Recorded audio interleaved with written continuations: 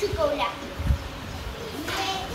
आम्हाला काही लागले खरंचले मिताली दिदी, हर्षदा दिदी लगेच प्रथम उपचार पेटीतून औषध लावले. आता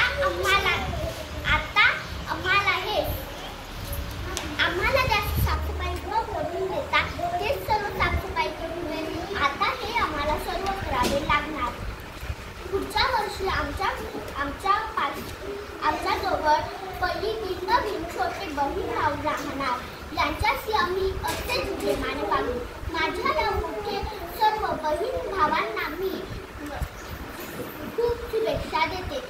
शेवटी एवढेच मध्ये पंख लावले